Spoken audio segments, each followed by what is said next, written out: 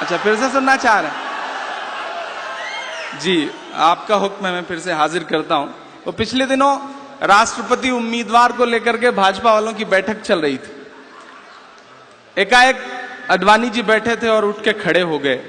तो अमित शाह जी ने कहा कि नहीं नहीं, आप बैठिए, आपको थोड़ी खड़े होना है। तो अडवाणी जी ने कहा, भाई क्या वॉशरूम भी ना जाऊं? ये हालत करके रख दी है। तेरी शोला बयानी से ज्यादा कौन समझेगा, लहू का रंग पानी से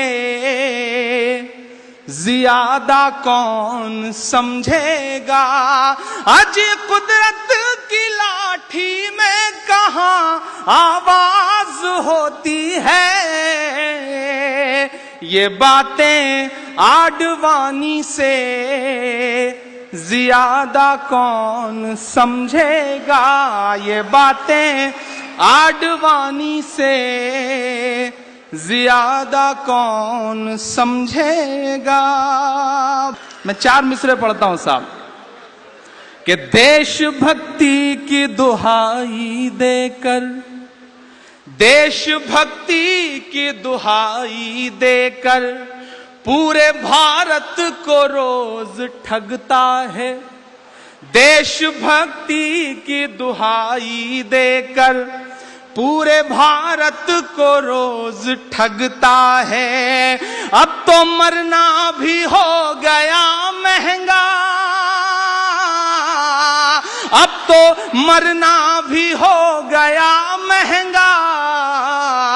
अब कफन पर भी टैक्स लगता है, अब कफन पर भी टैक्स लगता है। कि उनकी चुप्पी के मायने हैं बहुत, उनकी चुप्पी के मायने हैं बहुत। वो लगा करके आग जाते हैं, उनकी चुप्पी के मायने हैं बहुत। वो लगा करके आग जाते हैं। मुल्क जलता है और अपने साहिब, मुल्क जलता है और अपने साहिब रोज परदेस भाग जाते हैं, रोज परदेस भाग जाते हैं। अब की बार किसानों की सरकार, न खाऊंगा न खाने दूंगा, पता नहीं क्या क्या। मैं 4 मिसरे पढ़ता हूं साहब कि खुदकुशी कर रहा किसान मगर गोलियां खा रहा किसान मगर, उनको दौरों से कहां फुर्सत है।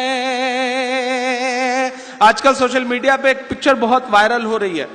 आप अपने जब मोबाइल की सेटिंग में जाते हैं तो एक फ्लाइट मोड होता है, तो आजकल फ्लाइट मोड नहीं बल्कि उनकी तस्वीर आ रही है उस पर।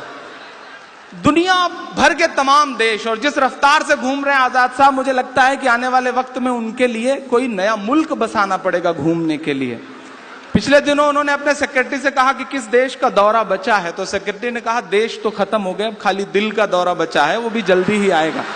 मैं पढ़ता हूं और आपसे दुआएं मांगता हूं साहब कि गोलियां खा रहे किसान मगर उनको दौरों से कहां फुर्सत है। जी तो कहता है चीख कर कह दो।